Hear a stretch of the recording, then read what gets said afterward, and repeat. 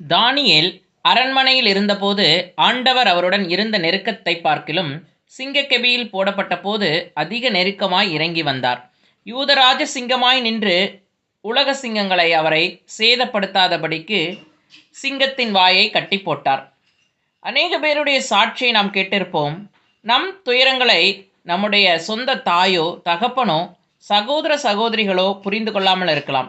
ஆனால் எந்த சூழ்நிலையிலும் நம்மை புரிந்து கொள்ளக்கூடிய ஒரே நபர் இயேசுவாகிய கிறிஸ்துதான்.